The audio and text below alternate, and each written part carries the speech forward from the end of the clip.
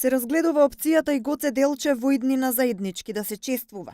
Откако Македонско-бугарската комисија постигна согласност за заедничко славање на Свети Кирил и Методи, Свети Климент Охридски, Свети Наум, Цар Самуел и Григор Прличев, наред е прашањето за ликот и делото на Гоце Делчев и Илинденското востание.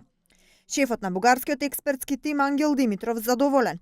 Тој предложил да има договор за, како што вели, една толку сакана личност во двете земји.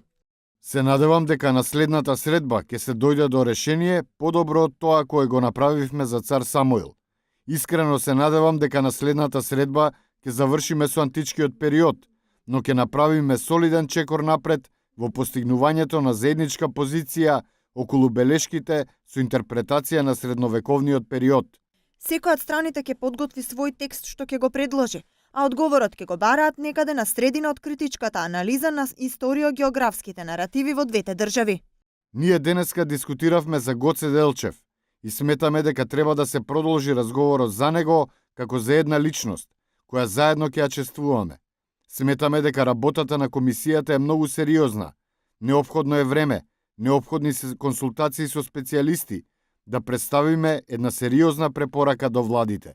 Георгиев уште во февруари најави дека најголемите проблеми се очекуваат во разгледувањето на настаните и личностите од 19-тиот и почетокот на 20-тиот век. Тој тогаш изјави дека не може тие прашања да се решат со политичка одлука. Она што како комисија, па дури јавноста во Македонија го чувствувала е чувството на триумфализам во Бугарија дека сега е моментот да се докаже дека македонците до 1944 година биле бугари, а по таа година станале македонци.